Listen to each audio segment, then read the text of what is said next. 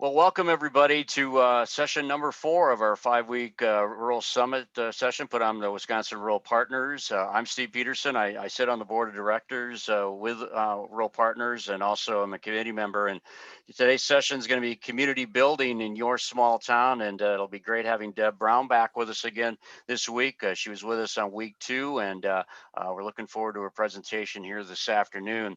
I had a great turnout last week for our broadband, and a lot of feedback on that. I know if you want to look at the video, you can, because it's up on the website. Just go to the Broadband in Your Backyard page on our website, and the full video is there, and all the presentations. So all the presentations from all the speakers that we had, if you saw it up on the screen, those presentations are there, including the data and mapping that Kirk Kiefer put up as well, to show where the strengths and the weaknesses are for broadband across the state of Wisconsin. I want to recognize our committee that did a great job for putting us on. As I'm gonna have to get out of this screen and put up my next one, so I apologize for that. But we couldn't do this without the great help of not just the board support, but also from our great committee. We spent a lot of time putting this together. We listened to a lot of input from a survey that we had sent out a few months ago to find out what we could do with this summit. As most of you know, we tried to do a 2020 summit in Marshfield. Weren't able to do that because of the COVID pandemic. We tried to reschedule it. It still didn't work. We thought here in 2021 we would be back at Hotel Marshfield, but that didn't work. We're still too early in the vaccinations scene when it comes to COVID. So we've decided to do this 5-week session, and we spent a lot of time putting things on that we thought were topical for all of you to want to join us for these 5 2-hour week sessions. And so I want to say big thanks to Todd Johnson from UW Extension. Todd's driving the bus. He's been doing a great job throughout these past few weeks, and we got 2 more left to get through. Also, big thanks to Rebecca Giroux with WIDA. She was a moderator for our first week, and she'll be back doing moderating work again next week as we take up our final session a week from today. And also to Marianne Lippert, who was really the driving force to get the broadband one together, and I don't know how you get all those speakers in 2 hours done, but she did that. So thank you, Marianne, for that as well. Just some housekeeping things. We are asking you to keep your microphone muted. You're more than welcome to just put on the black screen. We don't need to see the video of you unless you really want to show what you're wearing today or what you're eating. But otherwise, you could just make your screen black. It'll give our speakers more time as well for screen time. And we are recording this, so when we get done with this session, you'll probably see this recording up on the website by the weekend as we try to get them on there as quick as we can. This is a very interactive session, and so we really want you to go into the chat room. You'll find it on your menu bar. And I know Deb's going to be asking you questions that she wants to get answers from you, but we also want you to give your feedback, comments, anything that you want to add to this summit session, because your input is very important as well, as Deb tries to get an idea what you are all about and the struggles you may have in your small town. So please be very, very active today on the chat room. We really appreciate your input. And if we do get where we run out of time and we can't get all the questions taken, or the answers, I should say, of the questions, then Deb will follow up with that, and we'll get those questions on our website under frequently asked questions. But so far, over the last few weeks, we've been able to get them all in. So thank you for that. I want to thank our sponsors and our exhibitors. If you noticed on the screen when it says get connected, those were our exhibitors that normally had a booth, but they're still with us. So please go to the website, look at their logo, and you can click on it, and it take you directly to their website, so you can learn more about their products and services. We want to also remind you to become a partner. And our partnerships, it's not a sponsorship of Rural Partners. It's a true partnership where it goes both ways. We want to support you and your business and your organization as much as you support us. So we urge you to please go to our website, or ask any of our board members for more details, or you could email me as well. And we definitely would give you all the information about how you can be a valued partner of the Wisconsin Rural Partners organization. Our Road to Rural Recovery has gotten a lot of activity lately as we've added some more resources to that. This is kind of a one-stop shop for all the different programs and services and grants and anything that has evolved that's came out of the coronavirus pandemic. It's in a one-stop shop, 35 different agencies, companies, and resources. So please utilize that on our website as well, so you won't spend a lot of time searching for those items because we'll have it all there on that one session, one sheet. We also want to tell you that we need your input for a survey. So about 2:30 this afternoon, you'll probably see a survey coming in your inbox where we want you to give your input as far as today's session and your comments, and we hope that you will fill that out. That gives us a lot of information that we need when it comes to setting things up in the future for future programming. And also, I know Deb would like to have feedback too of what you think of the session and any questions that you may have. Right now, before we introduce our speaker for today, I want to introduce some important people that are joining us. And the first person to greet all of you is the president of our board. Please welcome Sandy Decker. Sandy. Good afternoon, everyone. Welcome to this week's session, our summit series. As a retired local elected official, I am especially interested in the topic of community building. Thank you for joining us today. Thanks a lot, Sandy. And she's the one that keeps us all in line on the board. So you got to let her talk. Otherwise, she'll pick on me at the next board meeting. So thank you, Sandy, for being with us again today and all the great work you've done for this organization. I want to recognize some of our sponsors that have done a great job of supporting us, not only through this whole pandemic when they could have bailed on us when we couldn't be at Marshfield. They stayed with us anyway. And I know they've been great supporters of this 5-week summit. I'd like to introduce, first of all, Jeffrey Tucker, the VP of Business Development and Care Innovation from Marshfield Clinic. Jeff? Thanks. Can you hear me okay? You're good. Okay, excellent. Thank you. Well, again, I'm Jeff Tucker. I'm VP of Business Development and Care Innovation for the Marshfield Clinic Health System. We're a system of about 60 clinic sites, 9 hospitals. We cover about 40,000 square miles of rural Wisconsin. So we see our future as intricately tied with the future of rural Wisconsin. We're a proud sponsor of Wisconsin Rural Partners, where I'm personally honored to be here. I'm thrilled with the organization. They've been a great partner to us, and we're glad to participate, and we welcome everyone to this summit. So thanks, Steve. Yep, thanks a lot, Jeff, and thanks to Marshfield Clinic and the entire staff. I know we got a few of them there on the call, but we really appreciate your support, and you do some great things around this state, especially in the rural communities, and a very important asset to have. The next gold sponsor I'd like to introduce is WEC Energy Group, and Kelly is the local and governmental affairs leader for WEC Energy Group. So, Kelly, the floor is yours. Good afternoon. Thank you very much for allowing me just to take a few minutes and do a quick shout out to all of you. This topic really resonated with me. I've spent the last 29 years building relationships throughout central Wisconsin for Wisconsin Public Service. Proud to represent WEC Energy Group, who is both Wisconsin Public Service and We Energies.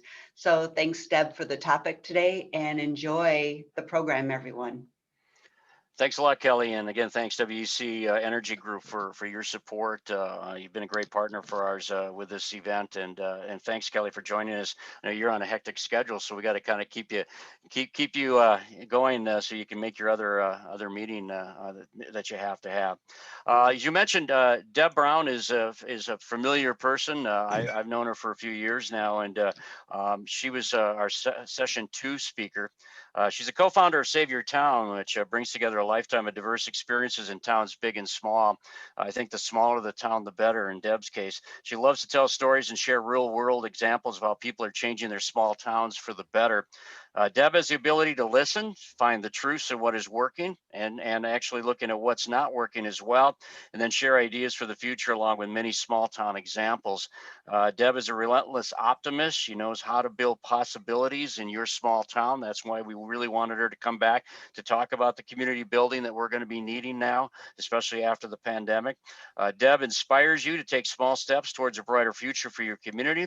And I guarantee you're going to leave this session with ideas and actions to take back to your rural town and put into place. And as I mentioned earlier, please be very interactive in the chat room because she loves to hear your stories and your comments. And she'll probably even want to get some more feedback and more insights on that as well. But it's great to have her back with us today for this week's session. So please welcome Deb Brown. Deb. Thank you. I want to give a shout out, Steve, while I'm trying to get everybody up on board here, to Mr. Jerome. Thank you for coming in early. I do appreciate that. So thanks for joining us early. And before I begin, I want you to write a couple of words down. Thanks to Becky McCraig. You know, we were having this conversation about metropolitans and micropolitans and all these politins for larger communities. And Becky had this brilliant idea that we need names for our communities too.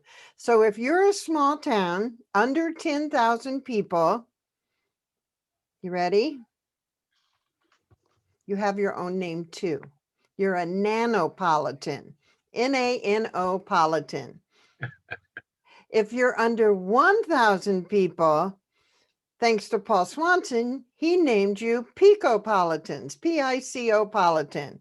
So share those. Be proud of the size of your community. We don't have to be large towns.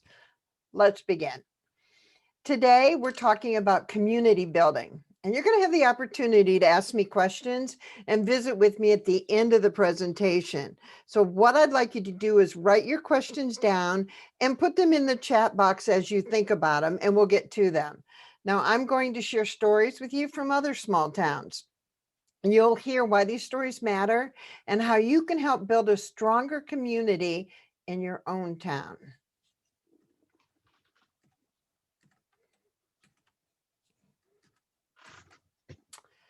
The strength of community ties can define small towns. No matter what political or social differences we have from our neighbors, we still must live in the same town and need to work on some common goals. Now, I know over my lifetime, I've seen increased political polarization that has just seemed to seep into almost everything. It's weakening our community ties. It's making it harder to work together, even on local projects. But there is something we can do about it at the local level. We can help people see themselves belonging to a community that cuts across political lines.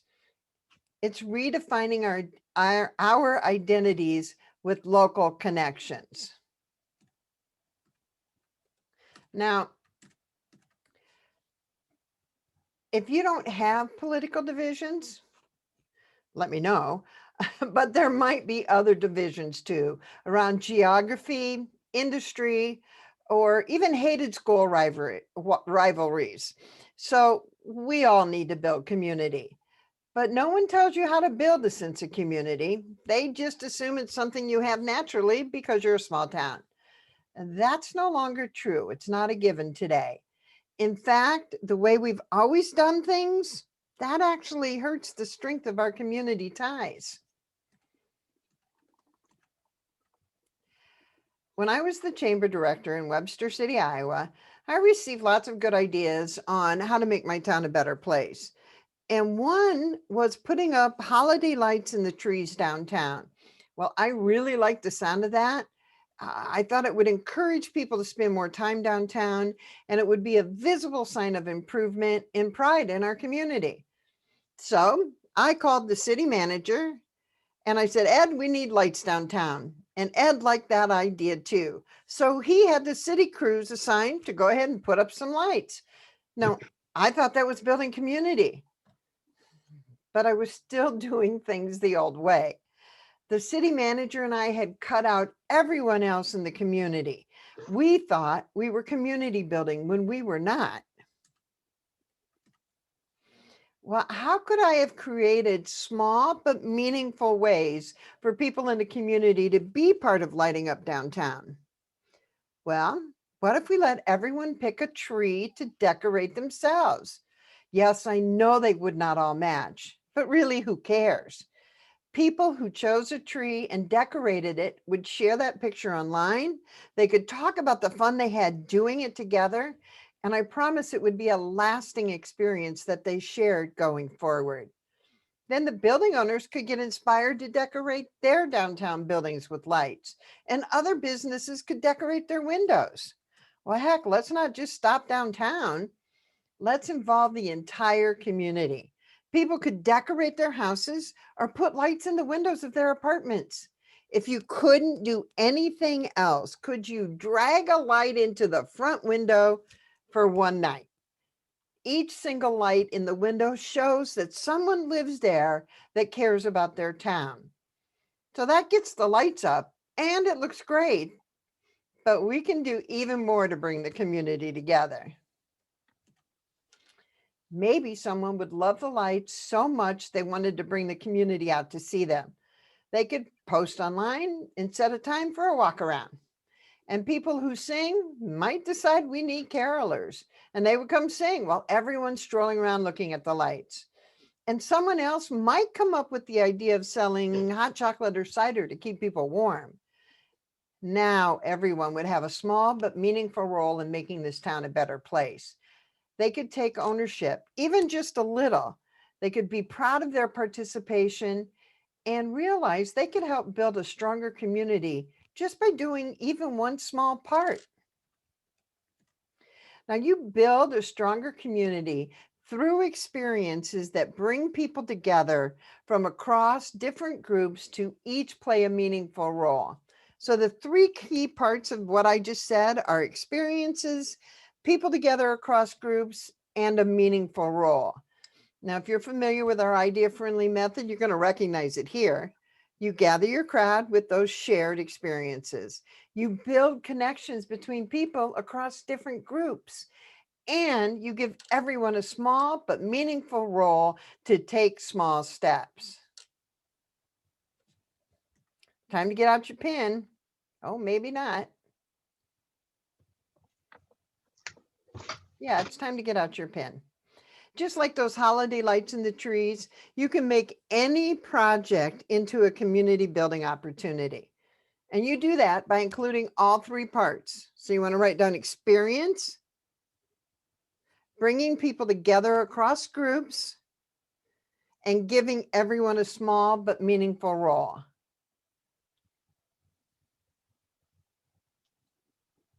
I'm waiting for you to write that down. Here, how about if I go back? There you go. Experiences, people across different groups, and meaningful roles.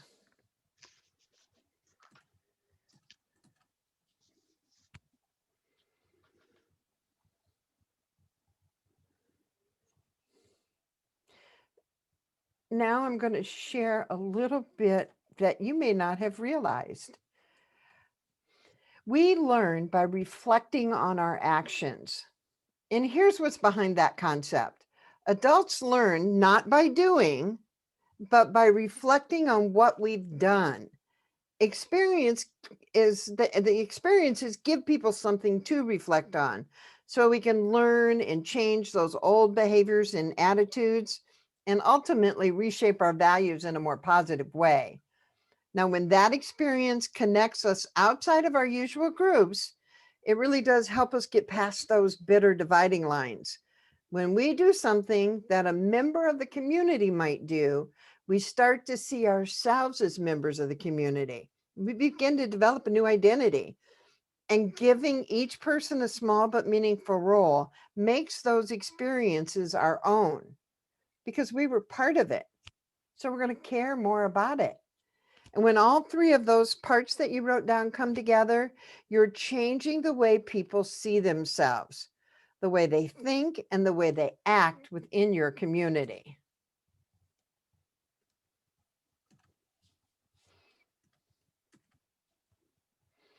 Bolivar, Missouri. I talked about them last time, and I'm going to share that story again. They started a rock hunt a few years ago, and you've heard of other towns that have done it. People paint rocks, much like these, with cute inspirational images and sayings. Then they hide them around town. So if you find one, you take a picture of it and post it on the internet. And if you really like it, you keep it. But you have to replace it with something else, with another rock. So hide another rock. Now, kids, parents, families, people of all ages were out in Boulevard walking around the park downtown, spending hours together.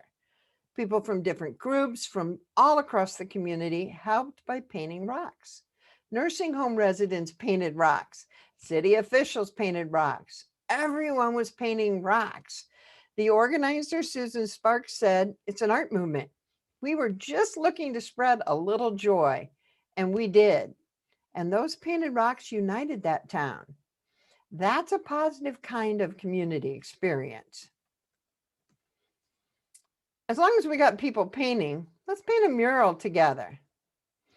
In Lincoln, Illinois, population 14,000, Mayor Keith Snyder told us about how the community painted a pair of murals in the early teens, 2010s. This is not that mural. I'll get to this picture.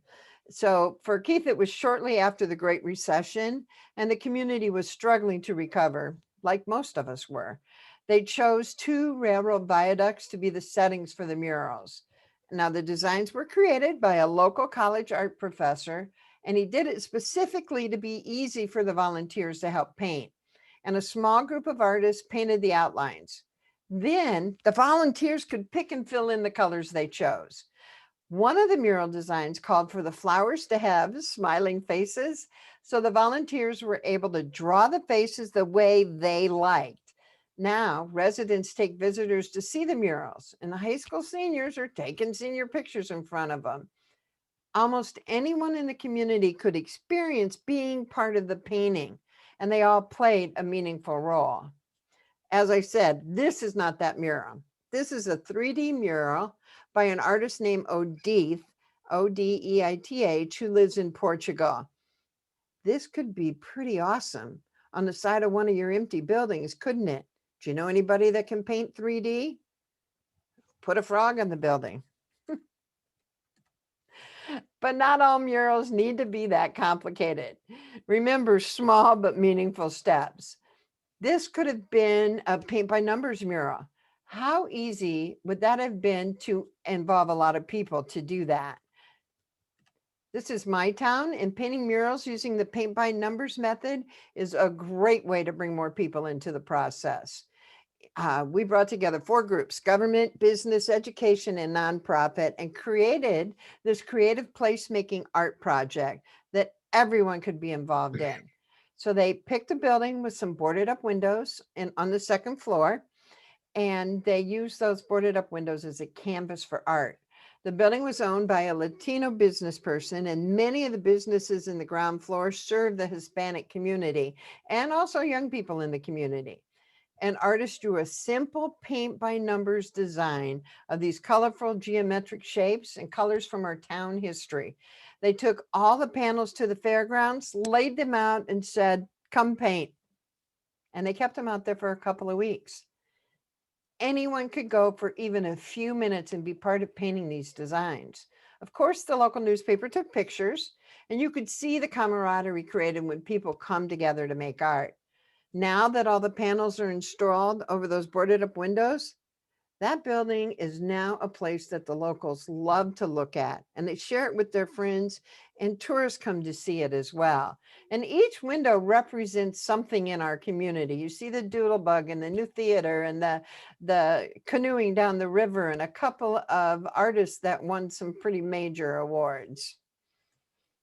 Well, you don't have to be this serious. You could be funny.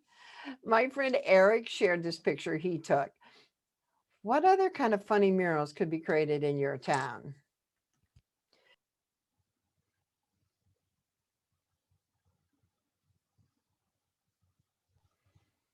I'm coming back. I got muted. So this picture is in Paulding, Ohio. That My Paulding stencil covered up an old sign for a business that was long gone on the corner of the empty building.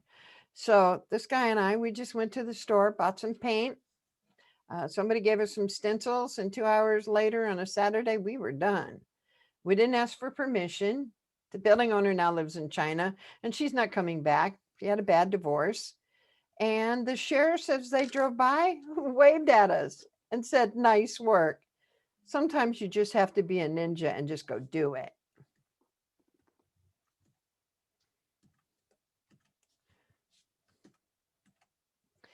Another painting project that everybody in town can get involved with are these fishes. So what happens is you cut wooden outlines of fishes, and then everyone in town paints them any way they want to. You can hang them up on chain link fences anywhere around town. They really do dress up the plain chain link, and you can keep adding to your school of fish over time. Becky first saw them in Castle Rock, Washington, on the fence by the elementary school. And then Colfax, Washington, used this idea in their long stretch of waterway alongside their downtown and on the bridge connecting it to a residential area.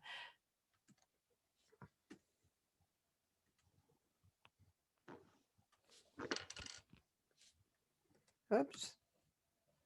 Charlie Smith in Big Timber, Montana is the chamber director up there. She's got 1,600 people in her town. And Charlie believed that she could do it the way she wanted it done and do it quicker. She didn't need any help. Every time she tried to get someone to help her, they were either too busy or didn't really follow her instructions on the right way to do it. And Charlie and I talked about this quite a bit. And like most of us, she heard me, but she just kept doing it how she'd always done it. Then she got sick with COVID, and so did her young daughter. She had to be home for 2 weeks in November when most chamber directors are in crazy mode. She had to delegate some of those holiday activities. Well, she found out that the woman who took over the stuffed Grinch contest really enjoyed visiting the stores and hiding the stuffed Grinch. That lady talked a lot too, both online and in person. She ended up taking over the entire project. Did she do it like Charlie would have? No, she actually did it better.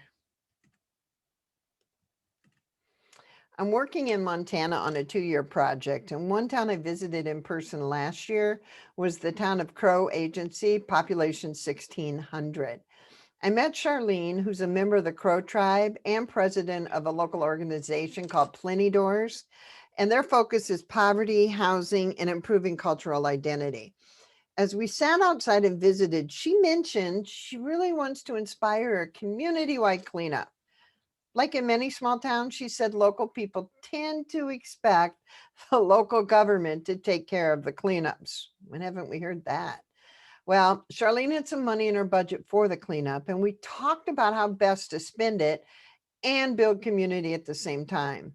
Now, she said she could just pay someone to clean up yards for people, but she'd rather hold a contest. Let people clean up their own yards and give a big chunk of money as a prize to the cleanest yard. That would get more people involved. I suggested getting even more people involved. Why not give a little money to everyone who participates? You could allow everyone a week to clean up their own yard. Then give each family that participates $100. That's an amount that really makes a difference to those families, and it's going to generate more spending back in the community. You could also buy some yard signs that say things like best improvement, hardest workers, proud of the Crow tribe, and more positive messages. Put those signs out for a week. Along with the improvement in people's yards, the signs are a visible symbol of the new community spirit she's working towards. Now, this becomes a true community project with many people participating instead of just the same ones that usually win every contest. There are plenty roles, big and small, for everyone. Families can work together. Small children can pick up bottles to be recycled, even if it's just one bottle. The mayor of Lodgegrass, Montana, just down the road a piece, makes having a cleanup party. They feed people. They help each other. They take pictures. They celebrate. It's not a chore. It's an experience, and it's fun. Another highly visible community pride project comes from Lincoln, Illinois again. This is the town that did that community painted mural. They also created a Plant the Town Red project. They encouraged everyone to plant red tulips in front yards and public spaces. They put over 40,000 red tulips in the ground in Lincoln.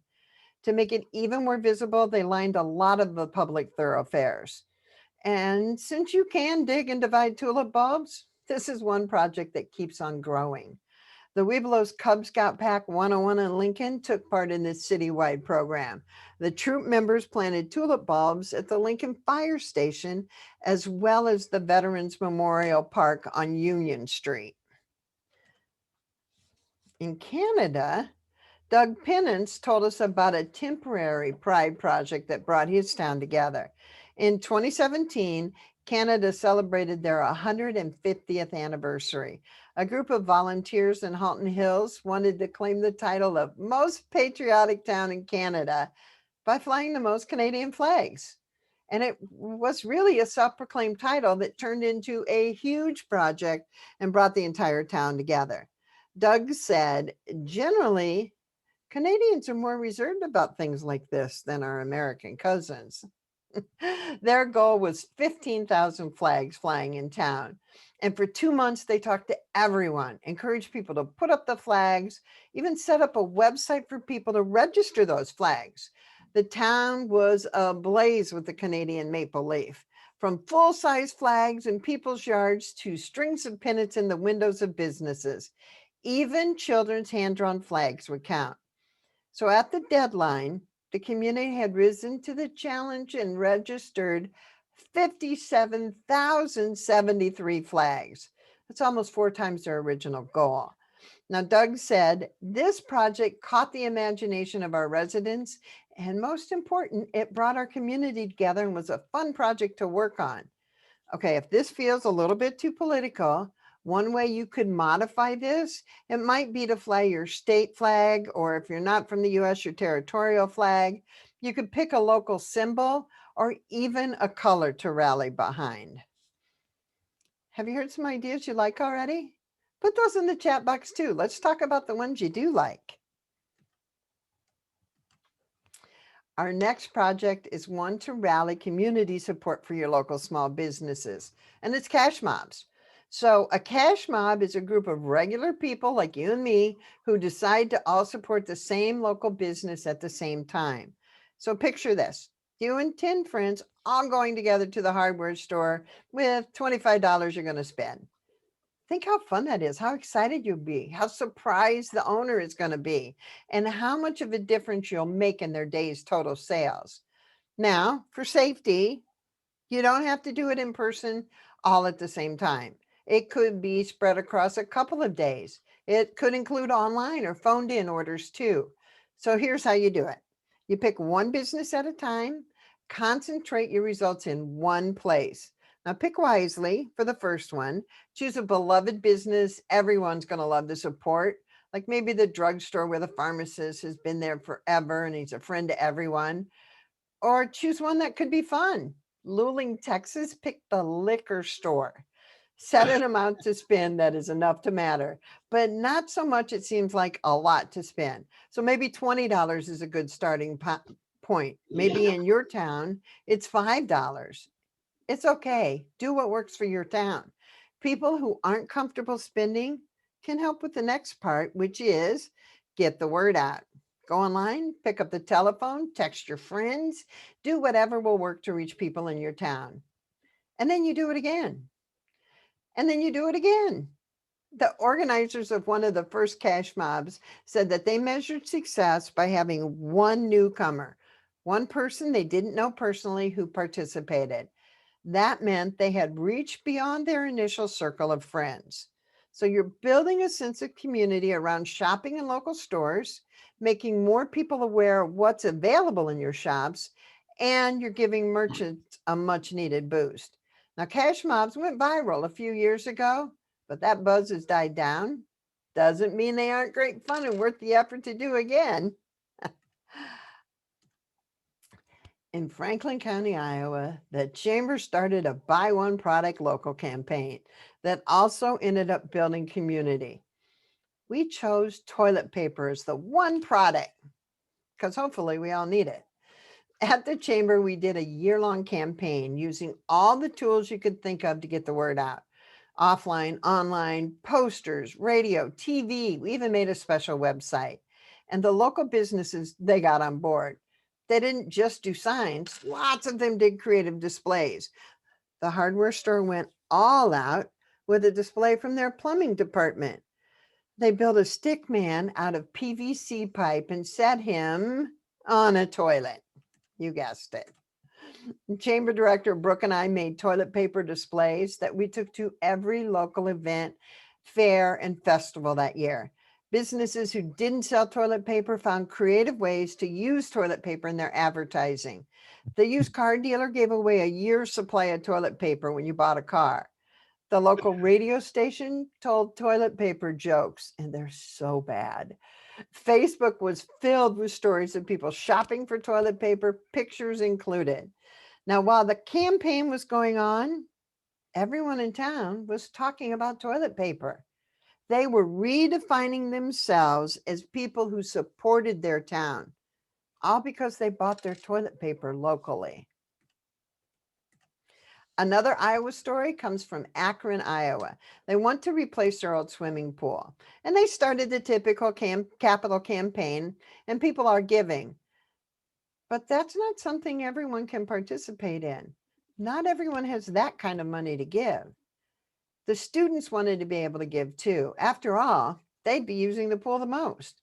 2 high school students from the National Honor Society came up with a way to get the younger students involved. They went to the elementary grades and started a penny war between the classes. Now, a penny war means students bring in as many pennies as they can find, and the class with the most pennies at the end of the contest wins. The mayor said kids came up with all kinds of ways to find pennies, and boy, were they having fun doing it.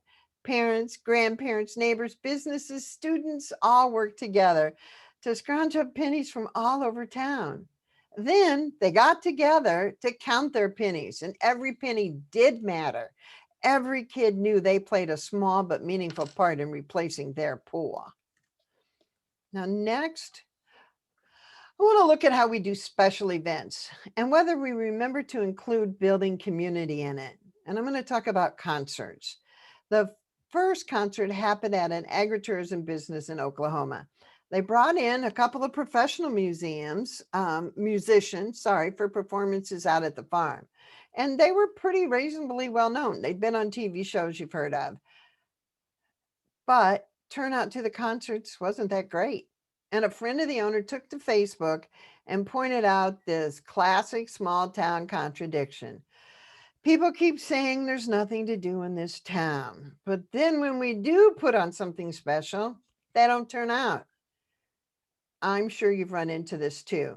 You work hard on events and things to do, then only a tiny crowd shows up. The community complains that it was boring or not at a convenient time, or it didn't sound like something they wanted to do. It really is frustrating. The other concert happened in my town. 25-year-old Mike in the orange shirt there walked into my office one day and said, "We need to have more live music." And I responded to him, "You betcha, you sure do. What are you going to do about it?" Well, that threw him. He just assumed the chamber would make it happen. So we sat down that day and we talked about a lot of things like who were his friends who would participate with him and make it happen? What kind of event would they want to put together? What kind of equipment did they need? Where could they go do this, inside or out? Who could help with marketing? How would they start? Is there a smaller way to do this the first time? Well, Michael and his friends liked the idea of an open mic, and they could be the band behind the performers. And Michael came back to me and said, "Is that okay?" And I responded, "I don't know. Is that okay?" He was starting to understand this was going to be his and his buddies' event. They were building it together. We were just helping a little bit. So they created Music in the Park, and they involved a lot of people in small but meaningful roles. The guys designed their own posters and ads. Lots of people came in with lawn chairs and listened to 3 hours of music. Many people came on stage and sang and played and performed. One guy showed up from another town with lights and set them up so they can continue the music in the dark. Now, nobody asked him to come. He just heard about it and figured they'd need lights. Everyone had so much fun. It was decided they'd do music in the park 3 more times over that summer. The music brought together people from across different parts of the community. Mike's band is a metal band, by the way. They shared the experience of making and enjoying live music together. And they had, all of them, a small but meaningful role in creating it. And no, they didn't just play metal, they played all kinds of music.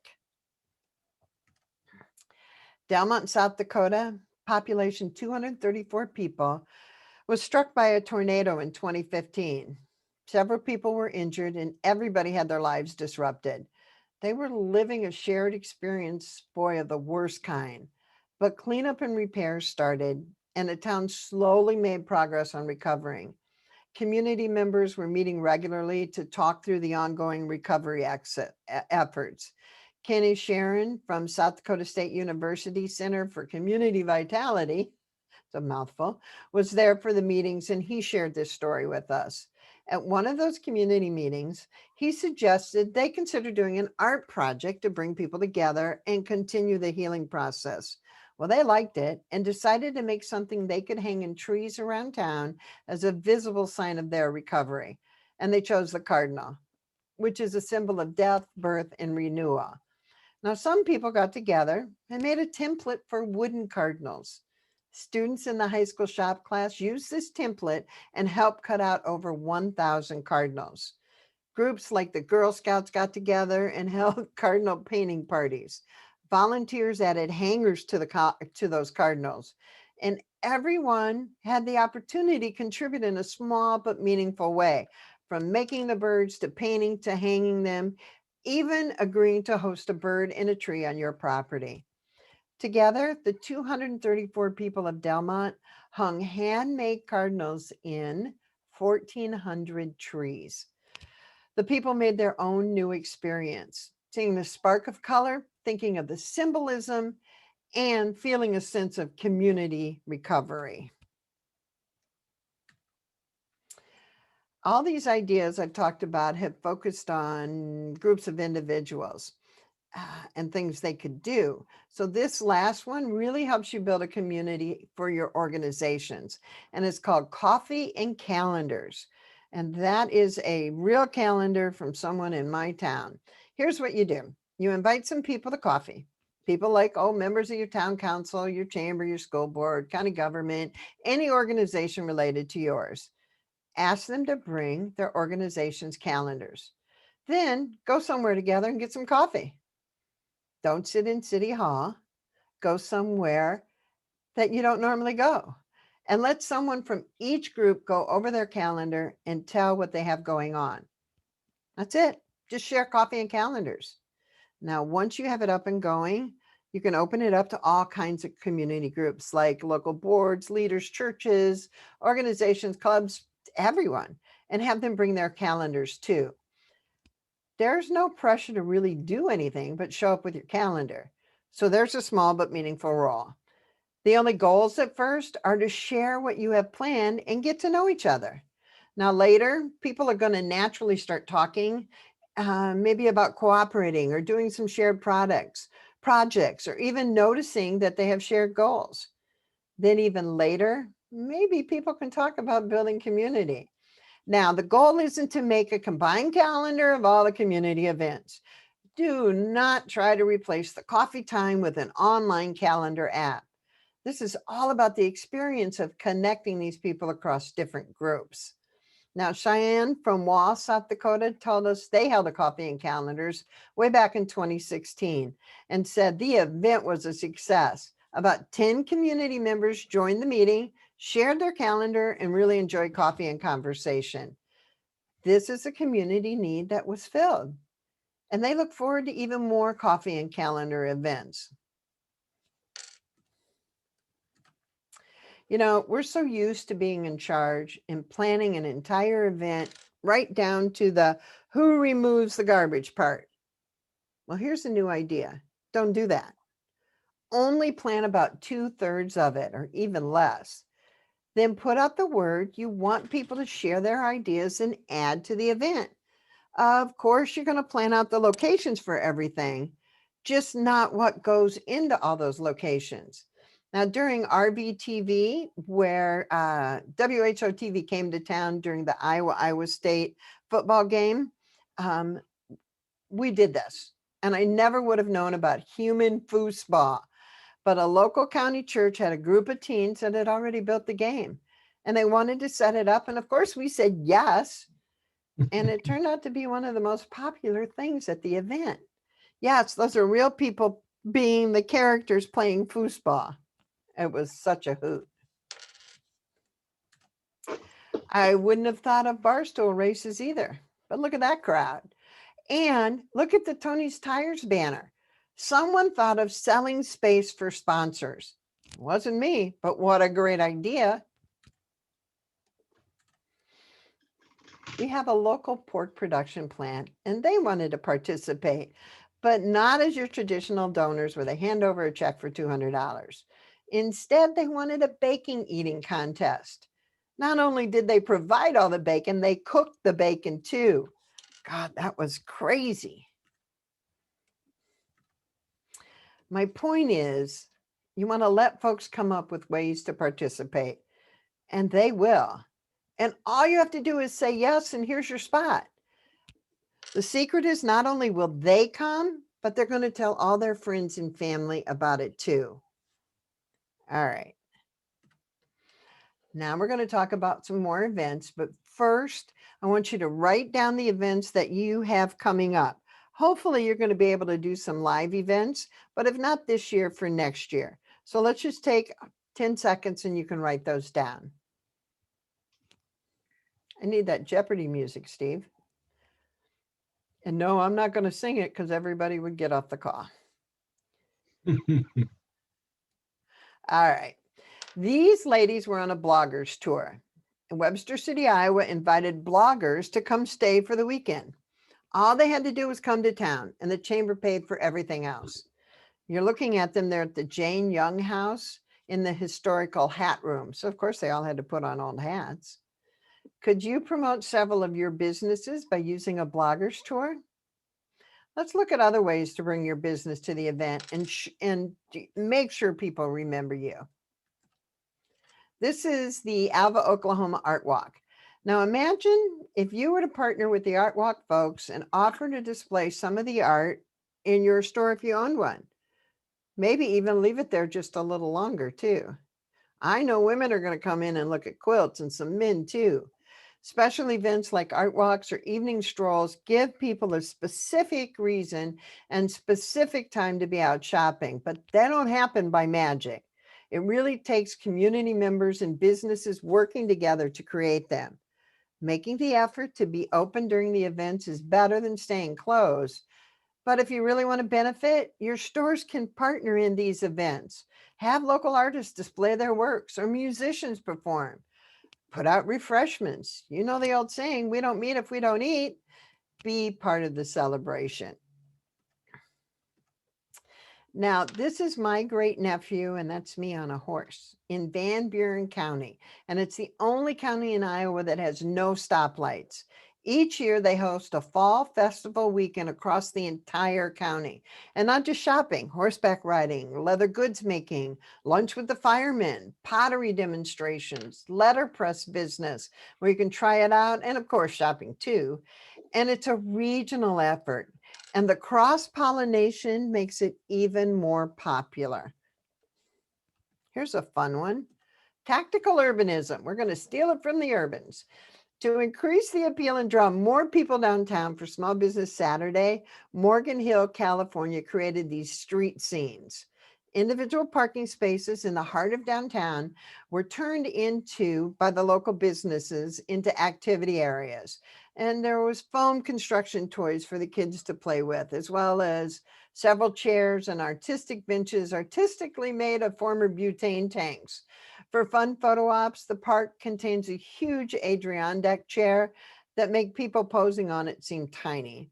The MHDA and the city have designated 5 adjacent parking spots on each side of Monterey Road for the one-day parklet trial. Some materials included green carpeting for each spot, some traffic barriers to separate the downtown scenes from the passing traffic, and most applicants were asked to provide some of their own materials. Now that effort, it was a trial. They wanted to see if it worked. It was not intended for merchants or businesses to use the spot to display their merchandise. Rather, it was more about creating a relaxing yet active vibe for downtown visitors. And you don't need an event to do this. You could set up a parking spot or two during the weekend or after school one day or anytime. Promote it on social media. Be sure to have fun. Now, you folks are in Wisconsin and we're kind of like you. There's only 2 seasons, winter and construction. At some point, there's going to be construction going on. You could create some great looking boards and just place in front of it. Use quotes from your local people. Let the students be involved in the work. Make it fun. By using the quotes from residents, you're involving more people in your community. Excuse me a moment.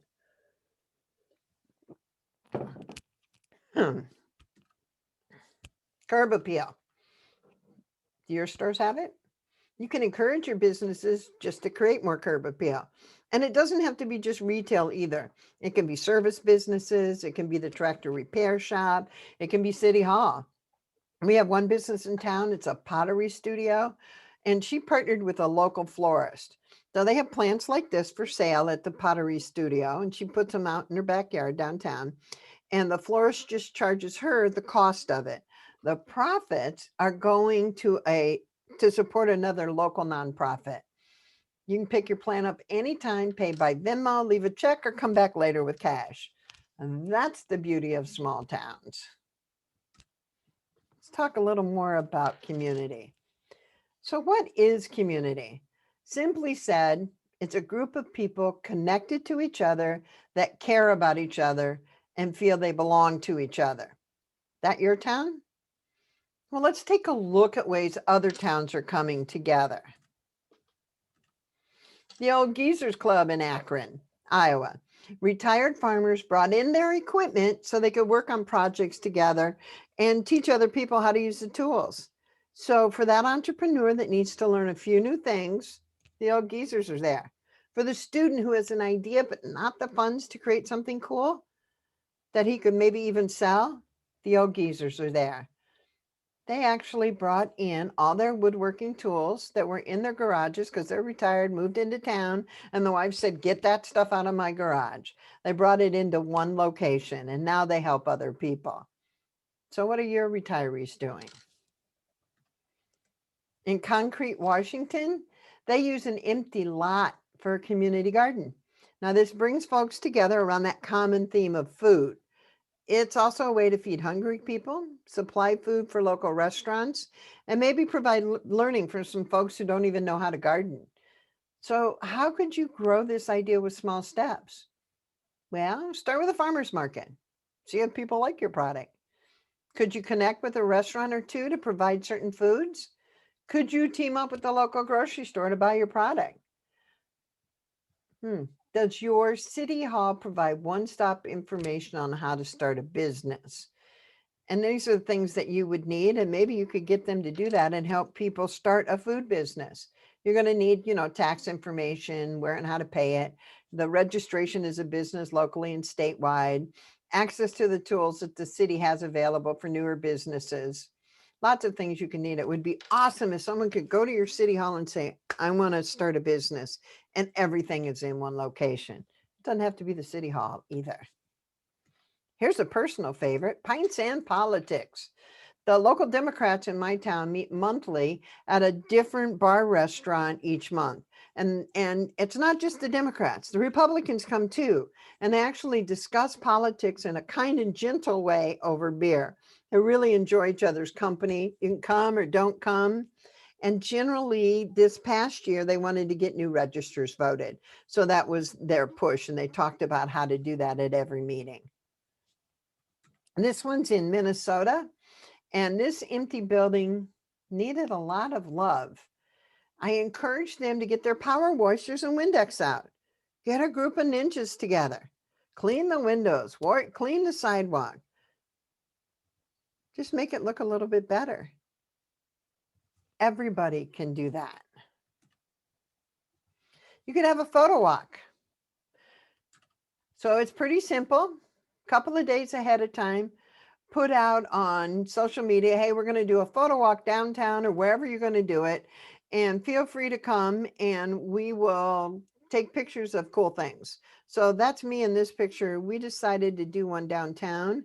And because we had a local, not a local, photographer, an international photographer in town visiting, he agreed to go on the walk with us. We just had a great time. We did it at 5:30. When the sun was beginning to set, great time to take pictures, by the way. And then everybody put their pictures up on the internet. It was a lot of fun. And it showed things that people don't normally see. That was pretty cool too. Welcome your newcomers. In Bennettsville, South Carolina, they have a newcomer gathering every quarter or so. Now, here's why it works. The realtors personally invite the people they sold houses to come to the event. And of course, they feed them something, a snack, coffee. And there were a county person, a city person, and at this event, I was there. And it was really just very informal. However, 2 people started new businesses because they heard about the empty buildings. This could be a great time to introduce your newcomer to your retailers. You could give them a handout or be there personally. They ask questions like, can I burn my garbage? Where can I pay my taxes at? Pretty simple questions, but everybody gets the answer at the same time. Now, Theaster Gates is an urban planner and he lives on the south side of Chicago. He got tired of people saying their neighborhood was dead. And 66 in Dorchester was not a good neighborhood. Today it's pretty different. He started with one project and he's revitalizing his community and everybody's involved. You know, our small towns can do the same thing. You can just begin. Never let it be said that one person can't make a difference, because I know they can. Each of these projects we've talked about directly benefited the communities, whether it was money raised for the pool or cleaner yards or better coordination between different groups. Each project also indirectly benefited the community by making it stronger. They created experiences that brought people together from across different groups to each able to play a meaningful role. So here's what these experiences do. They provide common ground. They build local pride and ownership. They prove that everyone can help save your town. They engender a sense of community responsibility. And boy, do you put deposits in the social capital bank account that has been depleted by conflict. I have a gift for you.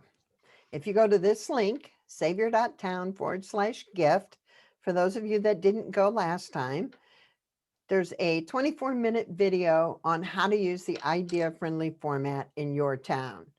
Now, it's been almost an hour, and we're going to answer some questions.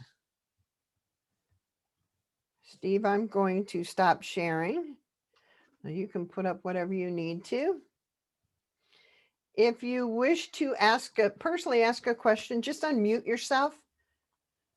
And I'm going into the chat room to see what was going there. Sandy Decker said, our school district requires a service project for seniors prior to graduation.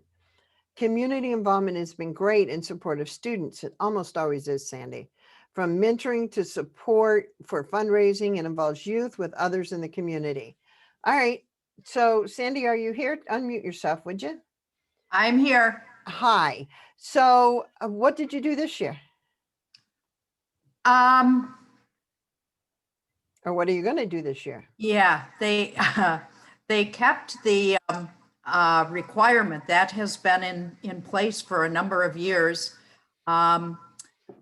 They're still having the kids do the kinds of fundraising and things. When is graduation? Next week. June. Oh, next week. So they got a week to finish their projects, right? That's right. Have they been shared in the local newspaper or online? Where can you go find out about these projects? They do a pretty good job of the kids self-promoting. Some of them raise funds for things like benches in the park. We actually had one student that raised money also with the Boy Scouts and had an accessible ramp put in our little lake. That's awesome. There's just a wide variety. We've had a couple of children with cancer, and some of the students have done fundraisers or cancer research. It's a lot of different things. It's very cool. So next year, what could you begin in September? I'm really putting you on the spot. And thanks for being willing to answer my Sure. questions too. So what kind of community building projects could you start next year with the students? There- I'm thinking, what can you paint? Where can you do murals? Can you do paint the yeah. fire plugs? What can you do? We have, all small towns have limits with funding. It's as an official, elected official, there's never enough money to go around. Park improvements, any kind of outdoor projects would be great. Okay. So I'm glad you mentioned about money because we're so used to needing lots of money to get things done. And that's really not true. It is for some things, but for smaller projects, it's not. So for example, if you were going to do something, painting the swing sets or updating the picnic tables, you could teach the students how to write grants, go to Keep America Beautiful and Keep Sure. Iowa Beautiful, are two places. You can have them research who the local or the national paint companies are, Pittsburgh Paints, almost all of them either give away paint or money to buy paint. Sure. And that's a good process to teach them the value of writing for grants. Or you could have a citywide cleanup and ask people to bring paint that they're not using and set that to the side and you can use that paint. Sure. And that would be free. So you see where I'm going with this, right? Yes. But even more importantly, Sandy, what would really be cool, work with your principal at the school to see if you can get in and talk to the students, share that 24-minute idea-friendly video with them. And if you need help on that, you'll contact me. Sure. And they'll come up with their own idea-friendly projects. I promise you. Kids are Sure. so much smarter than we are. The outdoor showing of movies, in small towns, most places don't have theaters anymore. Right. So that could be a project in the park or even on a downtown building if there was a green space, that Yep. sort of thing. Definitely tell people to bring their lawn chairs, put it on the side of a building. Right. Absolutely. And to get the movie, if you're going to do it, so if you're going to try it out first, I would never say anything about getting the proper license for it. Just try it first. Yep. And of course, now I've said that on tape, so I can't deny it. Yeah. But if you're going to go, there's a couple of other things you can check with. Often your libraries have a license for movies. Right. So you could work with the libraries to get the particular movies you want. And if they Sure. don't, it's about $250 to get a movie. So if you have an idea of cost. Sure. And movies are great ways to bring people together. All right. Oh, Steve, your local city, Sparta, had an old bridge that had become a Lovelocks bridge over the years where people would attach personalized paddle locks to it. The bridge needed replacing and they took it up a notch and have created as a social media platform, a destination, a fundraiser where you can buy locks, etc. All right, Steve, tell me more about this. Who is they? Who did that? Well, it was the Sparta Chamber of Commerce. Also, they ended up having a group called the Shovelmen, which were a bunch of retired engineers that have built a tremendous amount of bridges in the Sparta area.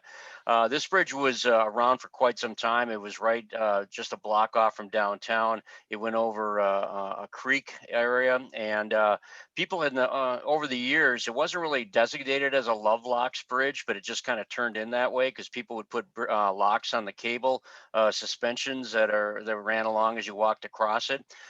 They decided they were going to replace it and make it more safe and more beautiful. And you can see it on that link that I've got in the chat room. They created the Love Locks Bridge. That's what it's called now.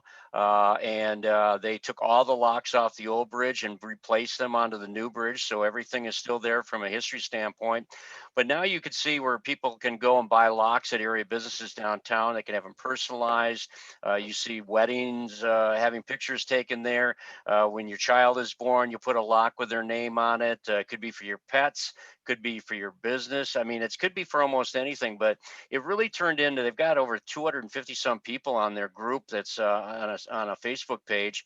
But it's a real focal point through the downtown, and a lot of people go to that bridge, if anything, just to look at all the different locks and see all the personal things. And you might see somebody on there that you recognize. But what a cool concept! And I mean, you could do that with a running cable through a fencing line in a park. It doesn't have to be a bridge, but what a cool thing for memorabilia and for recognizing a special event. I just thought it was a really cool thing that they had done, taking something old and refurbishing it and keeping it going like they have been. That's awesome that they kept the locks on the new bridge. And I love that idea for chain link fences. Oh my God, that would be a wonderful way because lots of people put those chain link fences up around their businesses and you can still see through them. The one thing I'd tell you would have been before they started to match up students with some of those engineers so those students could learn the process of building the new bridge. Any way that you can take those smaller and smaller steps to get things done, you're able to involve more people. So going forward, I love that you can buy your locks downtown and you can still participate. You can go take photos there. That's awesome. It really led to a whole new transition and a kind of a renovation of the downtown, not just from cosmetically, but also just from an attitude standpoint. There's just a lot of downtown pride, and that whole group with everything they've done from the Farmers Market Square to the other bridges, information kiosks, and everything. And they've got a lot of volunteers that join these guys too, but they've just done a phenomenal job in that community, and hats off to them. I'm glad you mentioned the word volunteers because I'm going to ask each and every one of you that works in an organization that needs volunteers, stop asking people to serve on committees. Stop asking people to be on a board for 3 years. Folks just don't have the time like they used to.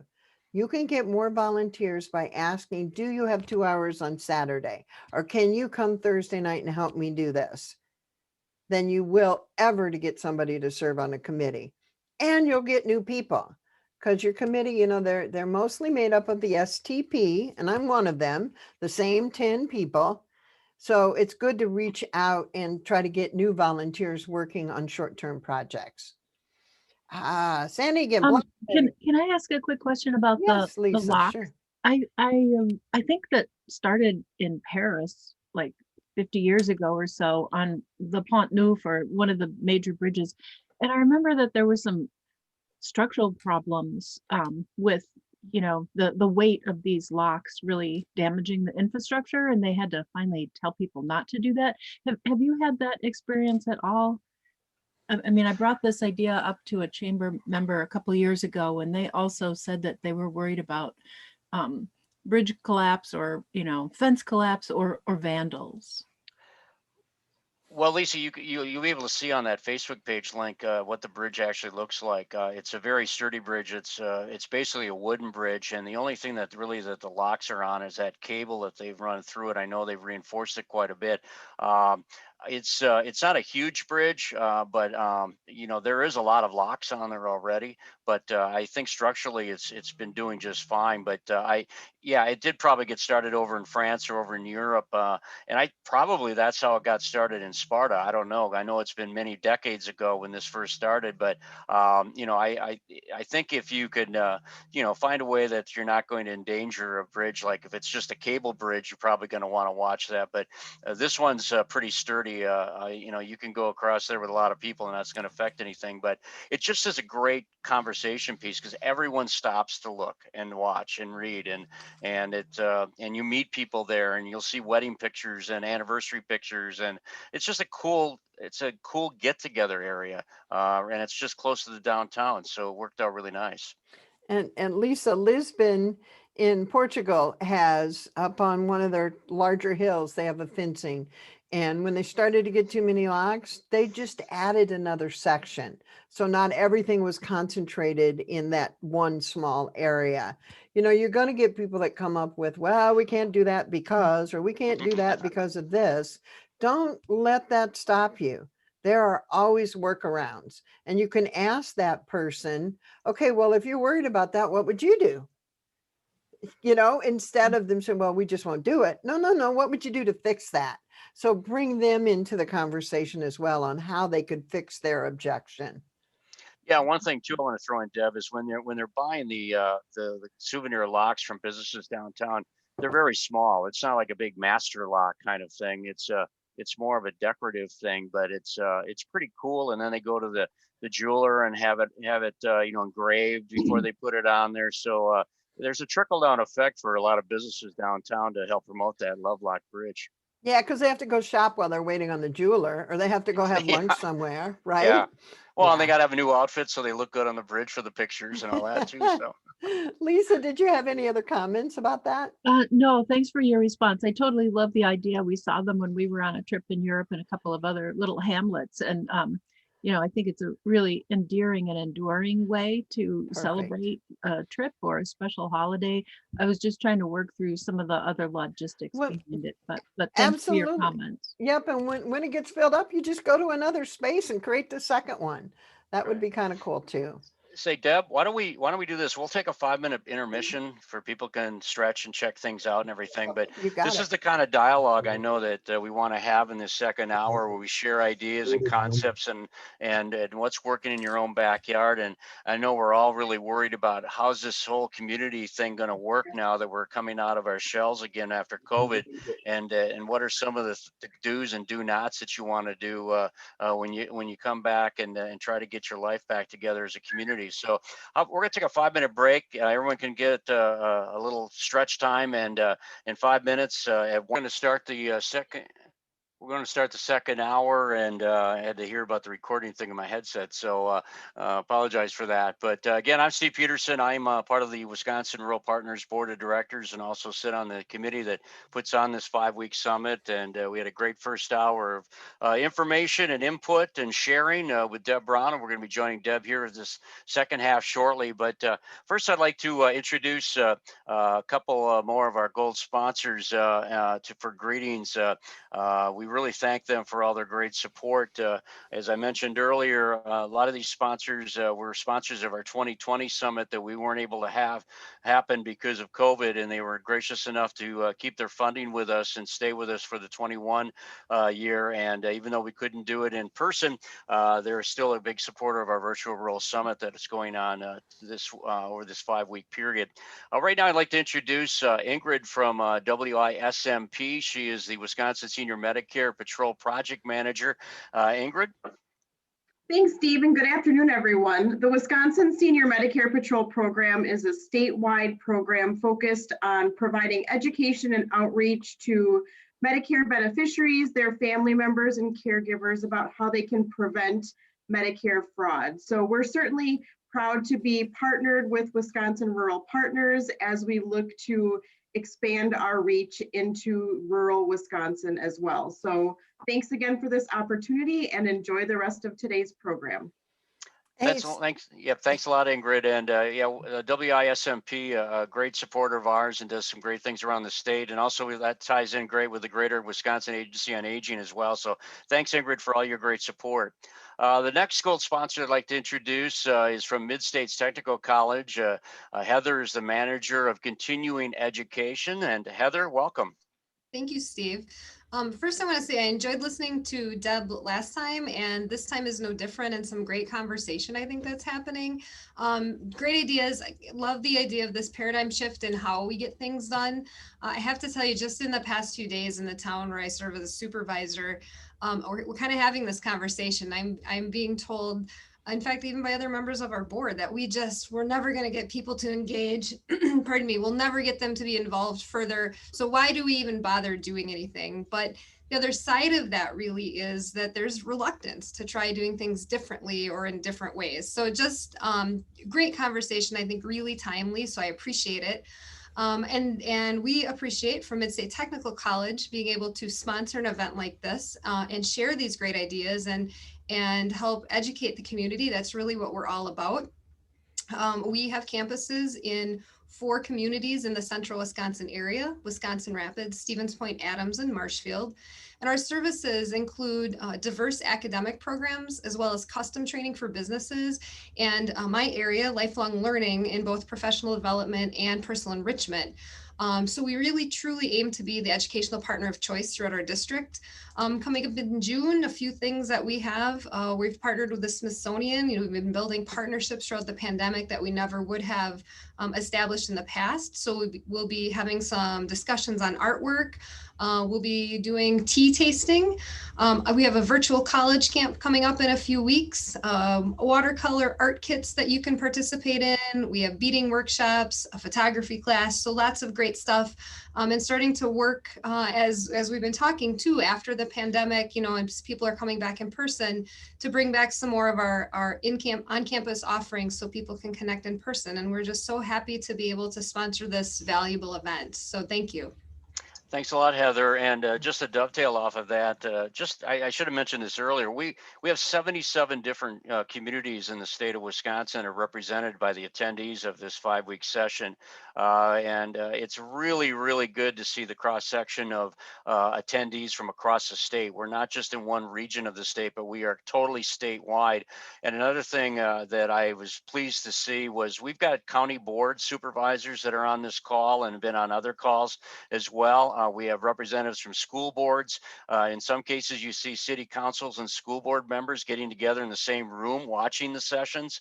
So it's really nice to see that we have our government officials that are stepping up and wanting to learn more things about how we can help our rural areas as well. And if we can bring these kind of resources together, thanks to all our great sponsors and our speakers and our presenters, it's a well worth 5-week summit that we were able to put on. And we thank you all for being part of that. I want to remind you to stick around at the end because we've got a major announcement, a nice little bonus that we're going to be announcing that Deb will be joining me on that as well. But Deb, I guess this hour, even though I'm introducing you, it's really the whole group is going to be probably stars of this next hour, right?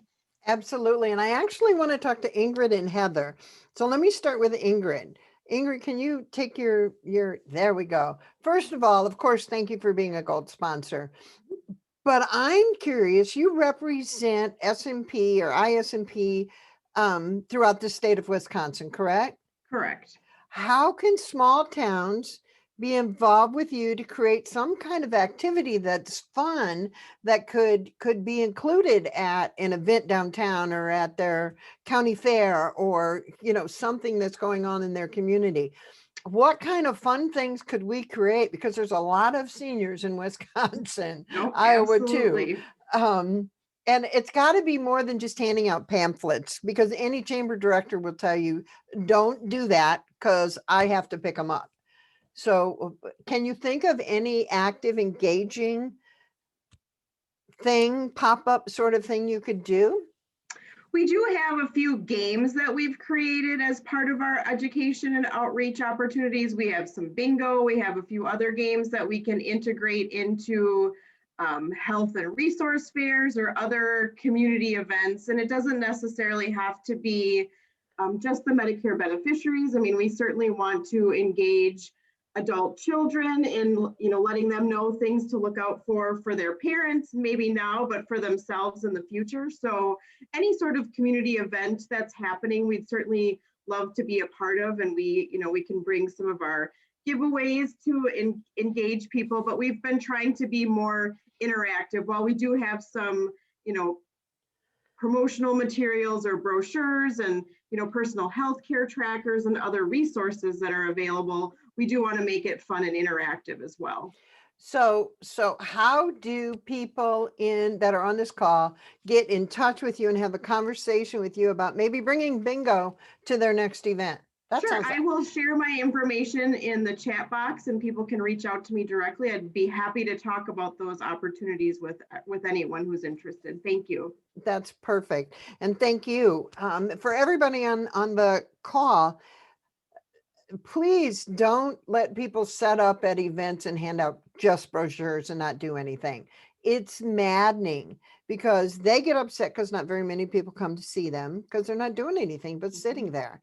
And the people that organize it really do have to pick up all those flyers. So figure out how to make that more engaging and more interactive. And we're going to flip over to Heather now because we're going to talk a little bit more about that.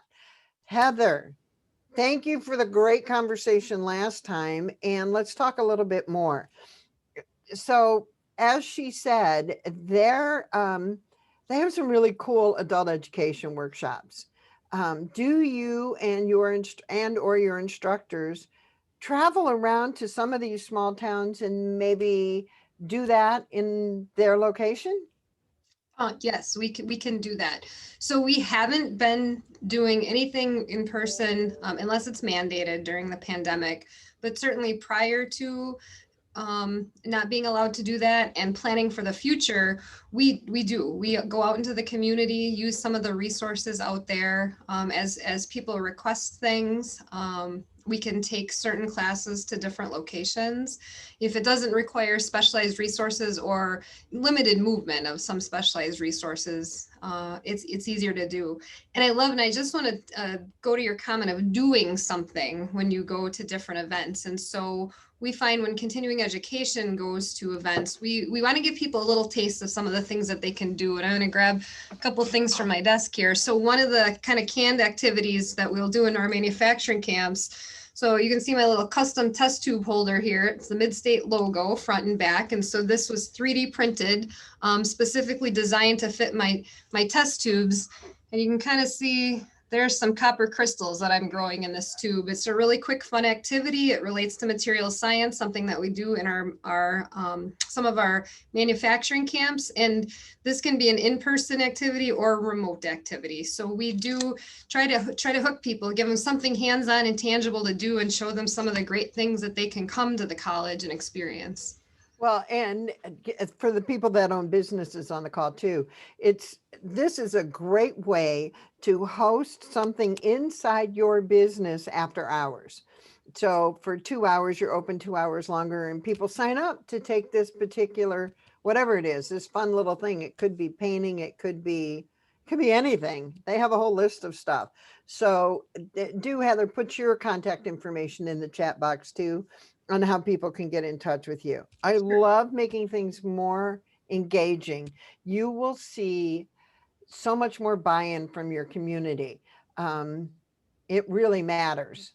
It Absolutely. really matters. And it's about some of these fun things. Are this really aiming towards youth going into their careers, but also we can come into businesses specifically during working hours to do training.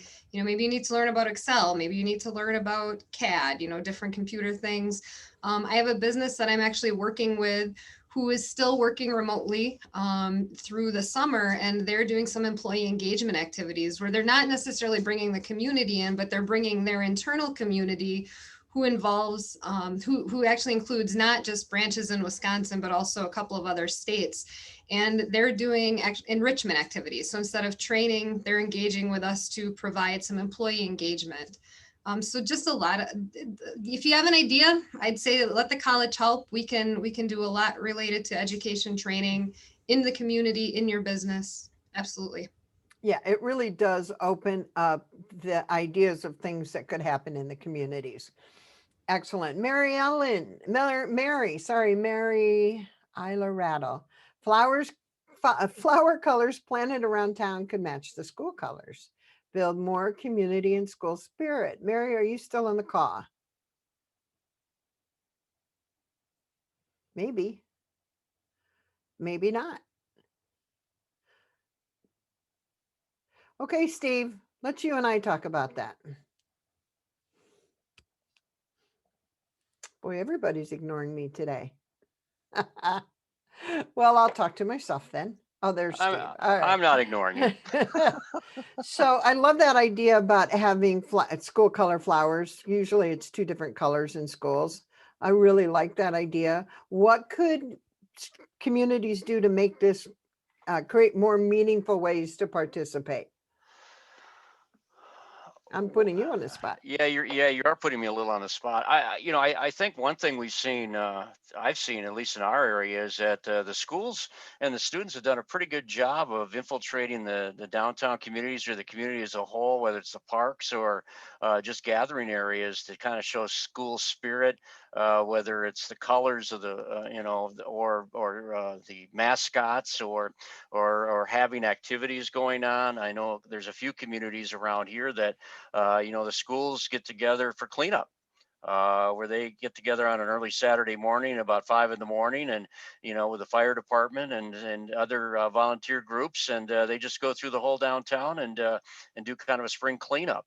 There's also some communities I know with the hanging baskets that you've seen, civic organizations or even school organizations that are always looking for funds because they're not being able to buy uniforms, or maybe the fine arts department needs some extra funds, and they raise money that way, where the kids get out and water the flowers and do those types of things around the community. So I think there's a lot of opportunity, and I think school districts have gotten a whole lot better over the past few years of being more community minded than they were earlier.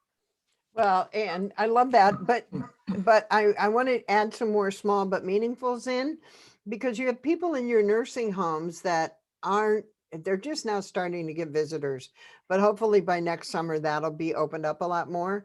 You could partner students with seniors and create, planting seeds. Start Mhm. that in the wintertime when you normally start the seeds. So they're learning from each other.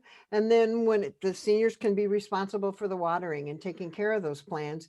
And then when it's time to plant them, then the students come back and help get them out across the community. And people could sponsor those plants, $5, and you sponsor a plant with the school colors. I mean, it doesn't have to be super expensive. Oh, Marianne's got an idea.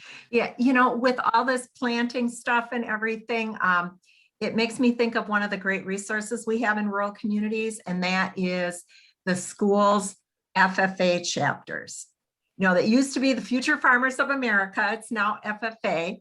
And I know in many rural school districts, FFA is just fabulous with cleanup projects, anything related to planting animals, gardens. FFA is a real engine in small communities. And many of those communities also have an FFA alumni chapter that's made up of adults who are FFA or supporters. One of the hallmarks here in Wisconsin is we always do dairy breakfasts in June that are sponsored by the FFA and the FFA alumni. But I really encourage people to work with their local FFA chapter. And then when you work with those students, ask each student to bring a non-FFA person with them when they go to work on a project. So it introduces somebody new to the FFA, and also it might involve that student that just really doesn't do anything, and he or she is quiet somewhere. So we want to get as many people the ability to participate, for sure. And I'll add to that, Deb. One thing I think we've seen a lot in Wisconsin, at least, again, I hate to say in my area, but 4-H used to only be for farm kids, and now we've seen 4-H really doing a great job where your kids in the communities can actually still be active in showing cattle and raising crops and taking them to fairs and so on, because they'll go out to the farm and they'll be almost like that adopted child that'll work with that farm family and and raise their animals or their crop and participate in the fair just like if they grew up on a farm. And I think that's really taken off and done some really great things. And I think it's revitalized a lot of our fairs around the state too. When exhibitor numbers were getting low, now all of a sudden you've got community kids that are getting involved in 4-H and FFA, and I think it's brought back a lot more exhibitors at these fairs that have kind of reborn the fairs around the state as well. Awesome. Great idea. All right, let's see. We have Sandy again. They have a successful community scavenger hunt. Love that. Searching for 24 photograph architectural building details. Ooh, that sounds like fun. Families and individuals of all ages were walking around town in search. Small prizes for the first people that found them all. And when you give out prizes, please don't give out one large prize. Give out 10 small prizes. It encourages more people to be involved and participate. Absolutely. So what kind of pictures, Sandy, and where were they posted, and how would I know what to go look for? And take yourself off of mute. There you go. Okay. This was a couple of years ago. I'm not even sure, but that maybe it was, the chamber might have done it. I'm not even sure. But they took the photographs. They were in our little local paper. They also had copies at the library, at City Hall, at the chamber office. So you picked, it was almost like a bingo card type of thing. And you had to put the date or the location when you found it. We have a big historic district in our town, so it was easy. You could pick a window or maybe a door or a porch, but not just historic structures. And they were difficult to some of them to find. But we would see families walk around with the pictures. I saw a couple of cars where older people were in their cars driving around. It was really an interesting experience, and people really liked it. That's awesome. And imagine how you could divide that up. It doesn't have to be, 10 pictures across the whole town. You could have the east side of town could have their own little thing, and downtown and the north side, each Sure. little community. That sounds like a lot of fun. Wow. Thank you, Sandy. Myrna, who's here from Montana. Hi, Myrna. She loves community cleanups, and if a few people do it, it will probably grow, and it doesn't cost a thing. I know that Rebecca also chimed in. Could she have a copy of the flyer from the community cleanup that Mayor Quincy Dabney put up? Rebecca, if you send me an email, I put my email address in the chat box, so I will send it to you. That's no problem. Let's see. Alexis, her village did the rock painting. Ooh, they have a wood bridge over a marsh where the rocks made a long line down the bridge railing. Oh, how fun. During a time that felt isolating, this was really special to walk and read the rocks. No one took any, just added to the line. Wow. That's really a great idea. What other ideas can we come up with for rocks other than just putting them around town?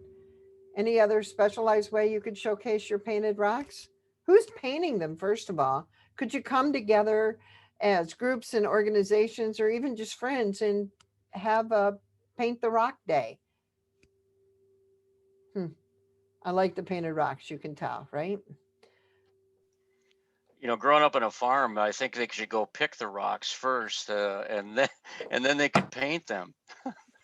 Steve, I grew up on a farm too, and my dad would drive the tractor in the field after it had been plowed, and my brother and I would have to pick up the huge rocks and put on the hay wagon. Oh, you just brought back an awful memory from our bean field. Yeah. It was character building, I think, is how it was told in our family. So yeah, I think that's what they said, some crap like that to us too. Whoops, some stuff like that to us too. Thanks for the interjection. Those would be big rocks to paint, though. That could be a lot of fun. Maybe you could paint rocks and put them at the entrance to town. You could paint those big rocks. Just an idea, right? All right. Myrna also talked about penny wars. Ooh, a fun twist is that you can put silver change in other classes' jars, and that amount is deducted from that class. Offense and defense. Ooh, that's kind of mean, but I get it. That could be fun too. All right, here we go. I think, let me get to the end of the pages here. So Ingrid and Heather have put stuff together. Oh, here you go, Myrna. Businesses could paint a couple of special ones to put around town, the painted rocks. If someone finds them and brings them in, ooh, they get a buy one, get one free or a discount or something. Well, that's a great idea to involve your local businesses. Now everybody's going to be looking for rocks. Not that they weren't before. And welcome, Myrna. I'm glad to see you here. We've got about 25 minutes left if you choose to stay. Do we have other questions? I'm going to throw this out to you, Deb, because we're all coming back from COVID now. I mean, and these communities I know everybody's going to want to get out and about and spend time with people and just kind of get their lives back to normal. What are some of the positives, maybe some negatives that communities really have to keep an eye on as we get back to as what we call somewhat of a normal life again? Because there's going to be changes, and what are some of the things that we need to make sure we do well, and maybe some things we should make sure we don't allow happen, or at least keep an eye on. So I talked about it at the beginning of the presentation, this political infighting and outfighting that we see.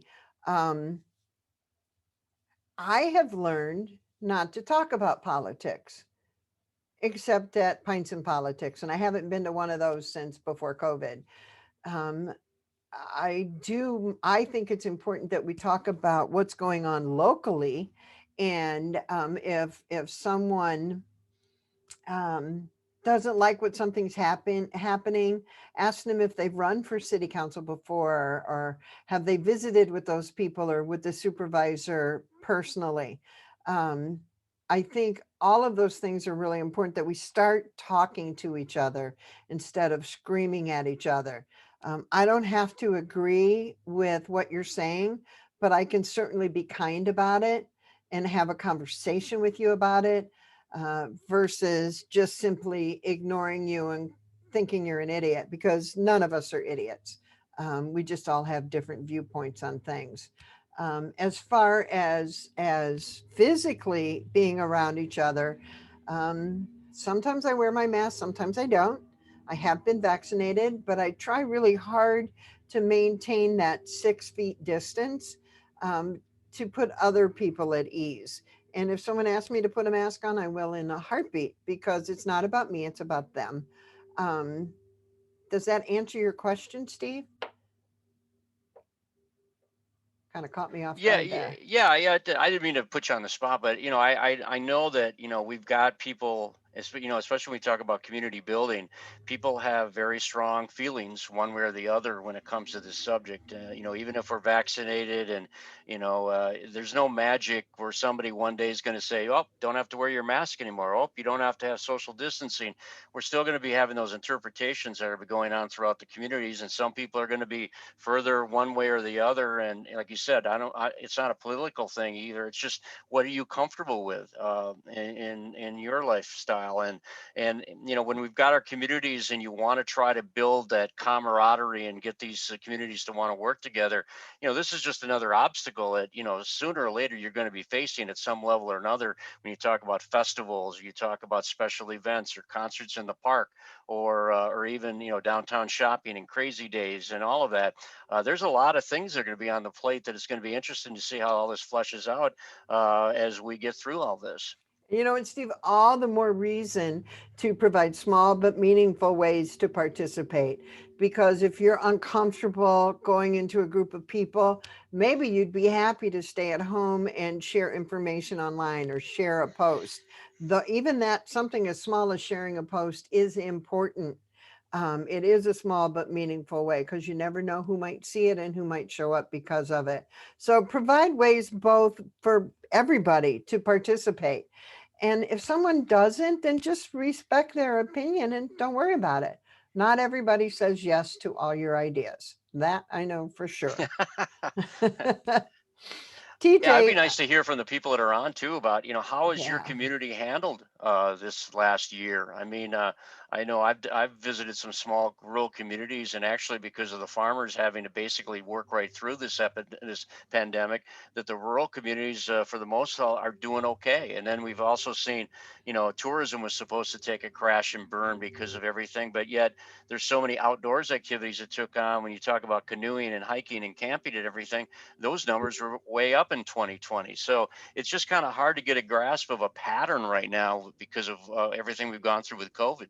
Well, I'm glad you brought up tourism because there is a real move right now towards driving road trips and not getting on airplanes and flying to places. So look within 50 miles of you and then look in your own community. What do you have that someone will come to your town to do?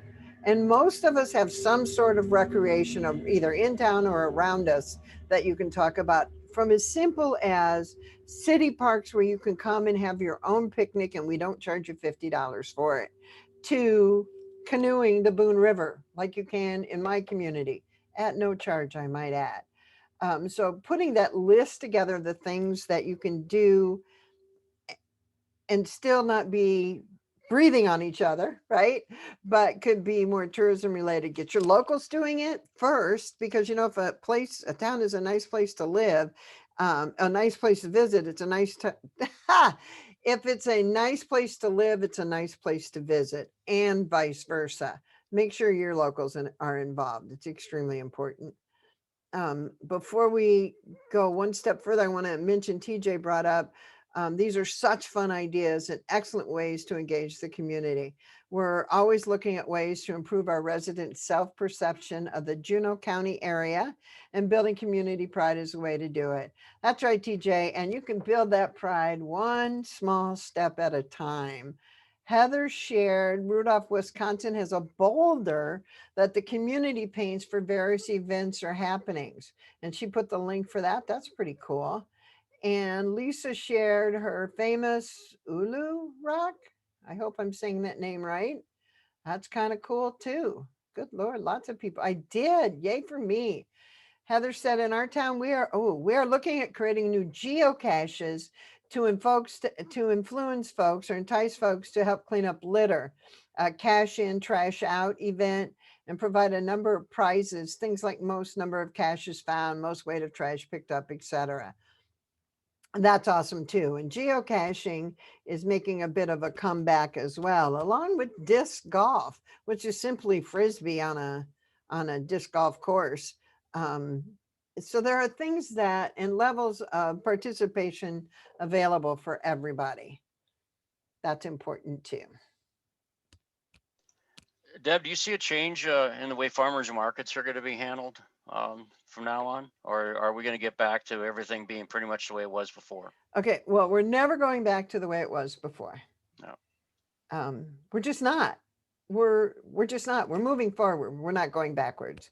Farmers markets are still going to happen. They're just going to be set up further apart. I think community gardens and farmers markets are a great thing to try to do together, and to get people learning how to plant their own foods. And one of the ways to do that is in your community gardens, and the community college can come in and teach a class on that. The FFA can be involved. There's lots of ways you could create that idea to make it hands-on, fun, and also teach people a skill they may not have, because a lot of people have been laid off work or haven't been able to work. So it's income loss to a family. So making your own food or growing your own food is extremely important too. Yay for farmers markets. I just think they'll take up more space. Oh, and Heather says, yes, they can help. She's teaching straw bale gardening this summer. Now I want to come. Can you get closer to Iowa, please? Does it involve dirt, Heather? Or you're literally farming in a bale of straw? Yeah, so I don't do this on my own farm. I actually do farm in the dirt on my own farm, but you can use a bale of straw as a container. You do some conditioning, put some fertilizer in there, get it to start to decompose, and that starts to provide nutrients available to grow vegetables out of the straw. So are you going to do this online too? Are you going to teach this online? So I actually did teach it online last year. And that was one of our first online experiences. And I had the bale at my house and was able to take, again, one of our first experiences, took my device and my camera and could kind of get people outside looking in the bale. I wasn't able to replicate the experience of having them stick their hand in that hot bale and feel how it gets slimy and really see what's happening to the straw. And I didn't think they'd appreciate that kind of a kit being sent to their house. So, so that, so some things are more engaging in person for certain, but they got the text, they got the conditioning schedules that we provide, they had all of the information, and we were able to have a great conversation doing the class, and then folks could get their own straw bales and try it out themselves. That's awesome. That's really, I love that kind of thing. And I'm glad that you've been on this call and stayed on this call too. So thank you for your help today. Heather, I have a question for you. What are some of the things you grow in that bale? So that's a good question. You can really grow just about anything. You don't want to grow anything perennial because the bales are generally only good for a couple of years. The first year is good for things like tomatoes and lettuce and beans and squash. The second year tends to be really good for root crops because that bale is going to tend to deteriorate a little bit more. And if anybody's ever planted like my grandma used to just put chunks of potatoes on the ground and then just cover them with copious amounts of straw. So that's how she would grow them. But so the first year we did it, we left a demonstration site up at a couple of our campuses and grew peppers and beans and chard and squash and tomatoes. And then in the fall, as we were harvesting, we actually had a cooking class with the items that were coming out of our demonstration site. You can also put on one of our sites, we made up a mixture of wine cap spawn using some wood chips and loosened some straw, and then had a harvest of wine cap mushrooms that came out of there as well. Wow. Yeah, big wow. And I love, that your community college or your college is providing this. But there are other people in town that can help do this sort of thing too. Sometimes it's your restaurant owners that know how to do that. Of course, FFA, the, what do you call the gardeners that have gone to school to garden? Master gardeners? Thank you. Master gardeners who are just a wealth of information. It's good to teach other people how to do things so then they can go out and do things instead of just, everybody says, oh, the master gardeners could plant flowers. Well, maybe not. Maybe they're busy, but maybe they can teach somebody else how to do it. So don't always rely on those same 10 people. Give them a break and learn how to do things and teach things to people so that your instruction and your traditions and your cultures can continue to be built and shared with more people. So Deb, and I love that perspective of especially coming from the college, that we aren't always the content providers. So I frequently have partnerships with local businesses. For example, I have a knitting instructor who owns a yarn shop.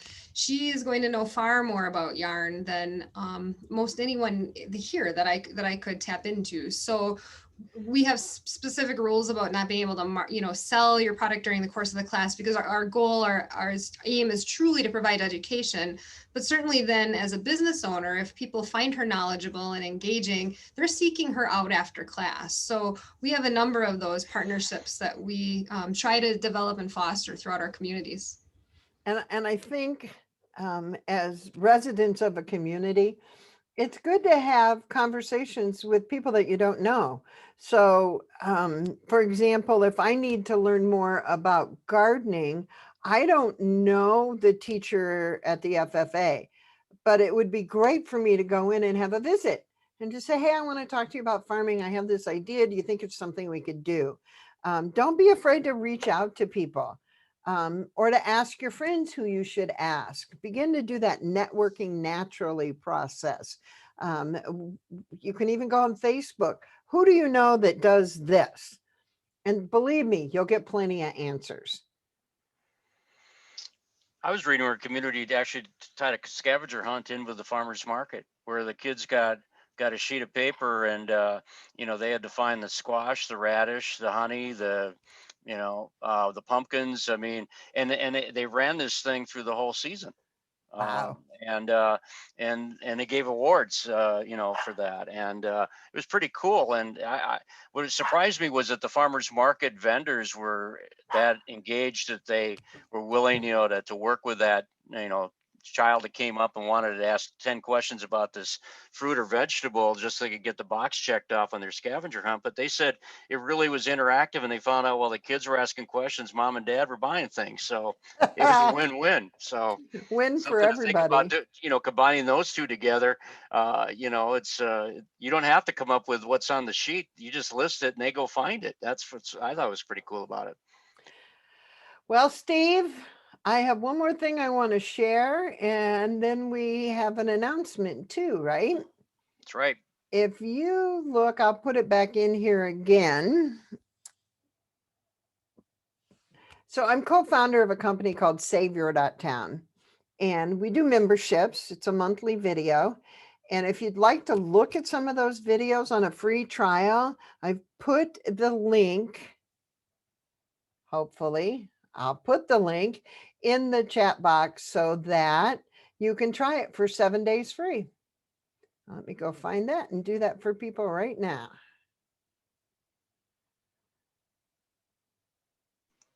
The videos are just under half an hour. Almost all of them are between 20 and 30 minutes. And they're great to watch with other people. So it's going to ask you for just your basic information. There's my chat box. There we go. And there's the link. So take advantage of that. After we leave here today, the link will be gone. So feel free to click on it now and you'll get access to 5 years worth of videos that we've done. And those videos are about world challenges. We do a survey of world challenges across actually the nation. Canada and some England and some Australia participate too on what challenges people are facing. And we just finished up a survey. Those results come out next month. So you can look forward to watching that video as well, because that's released on the 1st. And that'll be free to anybody that wants to see it. But I put the link in there. Get your 7-day free trial and see what you like. And Deb, why don't you explain a little bit about your company too? Because I know you and Becky do a lot of traveling and you're all over the place. And, how do you get recruited? I mean, how do you get to these places? What are some of the things you do when you're there?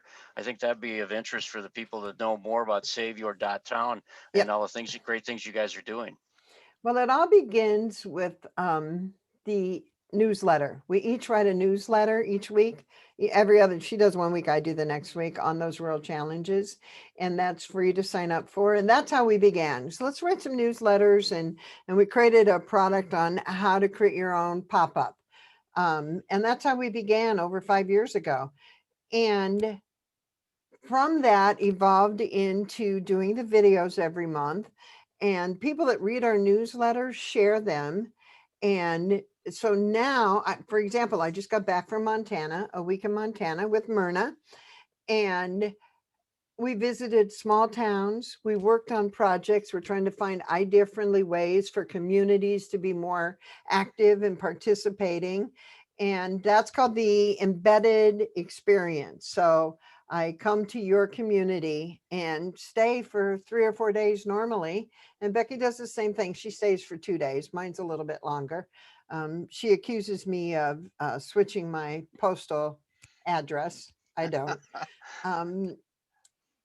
And we just take a look at what's going on in the community and talk about what's possible and find out what people want. And we help them figure out how to get it. So that's what the embedded experiences are. And both of us speak both locally, regionally, statewide, and nationally on a variety of topics. Thank you, Myrna. And it's a lot of fun. It's our business. It's what we do. It's how we make a living. Yeah, I know that when we were going to Marshfield, you were even going to be doing a breakfast meeting with just downtown business leaders to kick off our summit. Even though it wasn't part of the summit, you were going to be in town anyway, and you're going to work with the Marshfield Chamber on that. We couldn't do it because of COVID, but I mean, those are things to think about too. That you can bring in that non-traditional group to just share some ideas and have discussions, and hear it from somebody that's not grown up there. You know, somebody that sees it with a different set of eyes than what everybody does in their own backyard. And it's all about getting things started. We definitely, I don't want to attend meetings. I want to attend gatherings where we're working on something.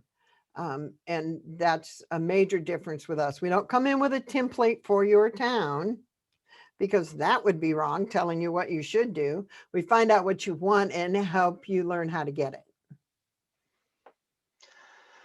Well, that's pretty much we ate up our 2 hours. So and thank you for everybody for your comments. And I think there's a good one that Lisa brought up too. And we had this from other sessions as well about trying to do maybe one of these types of sessions a month.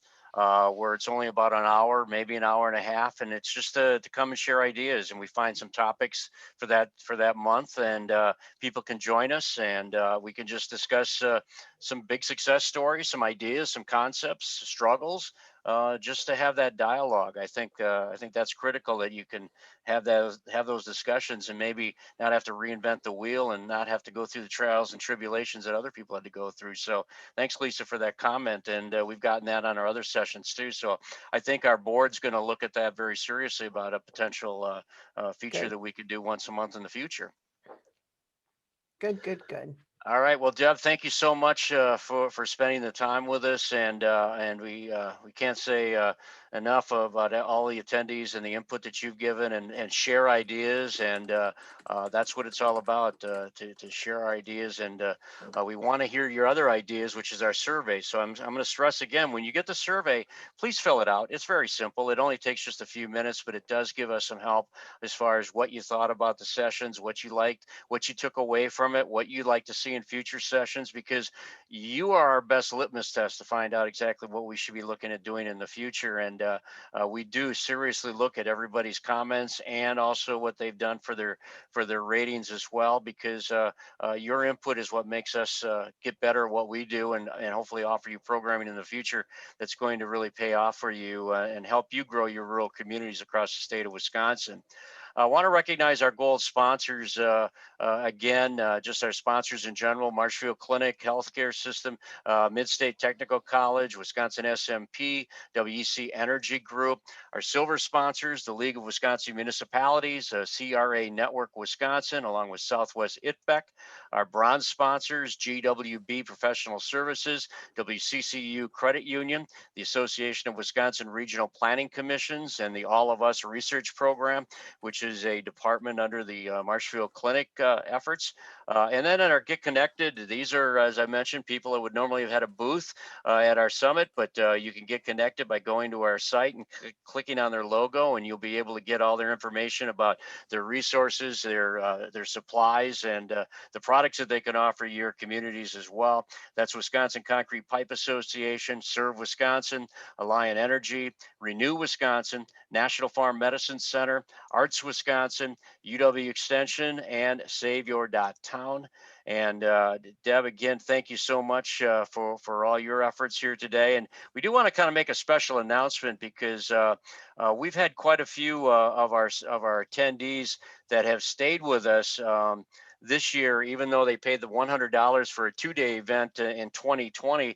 And we wanted to make something a little extra special for them, because they were gracious enough to stay with their registration. And so if you were a $100 registrant for the 2020 virtual, or the Rural Summit that we're going to have in Marshfield, we've got a special bonus for you, because we're going to have one more session in July, tentatively scheduled for July 8th. And it would run from noon till 2, and it'll be with none other than Deb Brown. But we're going to make it a little interesting, because we'll be sending you a specific survey that we want to find out what topics or what agenda items that you'd like to discuss on that Q&A session that we'd be putting together in July. But it's our way of saying thank you to all of you that stayed for the 2-day membership for our summit, and we want to give you a little extra bonus for that, and we appreciate all your support. Also, want to remind you too that next week on Wednesday was our final session, and that means that's also we're going to be announcing those 2 lucky winners who will win an autographed book. As Dan Smith, many of you know him. He's with a cooperative network. Dan has written a book that's being released in June called Ancestral. It's a book he's written, kind of combining his time living on a farm and also living in Wisconsin, and just the way of life, and just going through day-to-day living in Wisconsin. And it's called Ancestral. And 2 lucky people are going to win that next Wednesday. We'll be announcing at the end of our session an autographed copy of Daniel Smith's book called Ancestral. And next Wednesday is our 5th and final session, and we've got a great lineup, and we've even added to it since last week. On June 2nd, at 12 noon, we will have our 5th and final one called Rural Successes. This will be our top rural development initiative winners in the past, but not just to talk about what they did to win their award, but also what they've done with it since then. I think you'll be amazed when we hear the updates of what they've taken that they got when they won their award a few years ago and where it's taken them today. And we'll hear from representatives from the Wisconsin Early Education Shared Services Network, also Bailey's Harbor Community Vitality Project, Grantsburg Revitalization Operation, our 3 TRDI winners that they will be giving presentations. Looking forward to hearing those. Also, we've added an update from the Wisconsin Public Service Commission. Jaron McCallum, who was on our session last Wednesday, probably got a deep breath now since then after the big announcement by the governor about the grant program that he wants to initialize through his department. So we're going to hear from Jaron as far as an update on any of the broadband progress, not only with the grant, but just broadband in general. Then we'll be hearing from State Representative Nancy Vandermeer and State Representative Dave Armstrong with the update of the Rural Wisconsin Initiative that's in Madison, that's kind of being reintroduced again after being on the shelf for a little bit, but ties in very well with what we're doing with Wisconsin Rural Partners and our summit. And then we'll also hear from Marcy West, who's now the director of the Office of Rural Prosperity under WEDC. Some of you remember Marcy from the Kickapoo Reserve here not far away from where I live, and she's spent quite a few years there and is going to do a great job at the Office of Rural Prosperity. And so we'll be here from Marcy probably one of the first times as the new director next Wednesday. So a lineup that's going to take up 2 hours plus next week, and we're excited about having it for us. Again, thank you, Deb, for all your great work today and the community building in your small town. And to all your attendees, thank you so much for attending. Make sure you fill out the surveys. The recording of this session will be up on the website probably before the weekend. And we hope on behalf of everybody from Wisconsin Rural Partners and Deb and everybody on my committee, we hope you have a great Memorial Day weekend, and we'll talk to you next week. Thanks. Thank you. Bye, everybody.